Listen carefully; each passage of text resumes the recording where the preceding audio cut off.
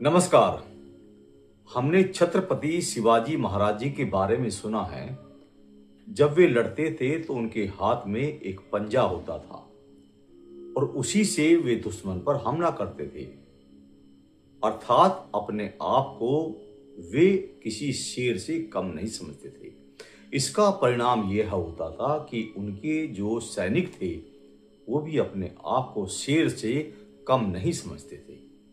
अब आप इसका उल्टा देखिए, अगर किसी राजा के अंदर यह भावना नहीं है, कमजोरी की भावना है, तो उसकी सेना भी एक कमजोर की तरह ही लड़ेगी।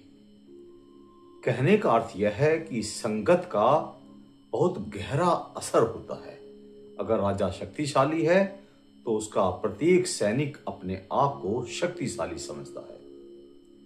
गोस्वामी तुलसीदास जी ने भी इस संगति के बारे में एक दोहा कहा है। सट सुधरई सत संगति पाई, सट सुधरई सत संगति पाई, पारस परस को घात सुहाई। कहने का अर्थ यह है कि जो दुष्ट लोग होते हैं वे अगर सुसंगति के संपर्क में रहते हैं तो वे भी श्रेष्ठ बन जाते हैं। जिस प्रकार एक लोहा पारस के संपर्क में आने से सोना बन जाता है, इसलिए हम जैसा सोचते हैं हम वैसे ही बनते हैं और हमारी संगति का असर औरों पे भी होता है। इसलिए याद रखें कि जहां हम जिस वातावरण में रहते हैं, हमारे आसपास का माहौल कैसा है, लोगों की सोच कैसी है, हम जिस परिवार में रहते हैं उनकी सोच कैसी है।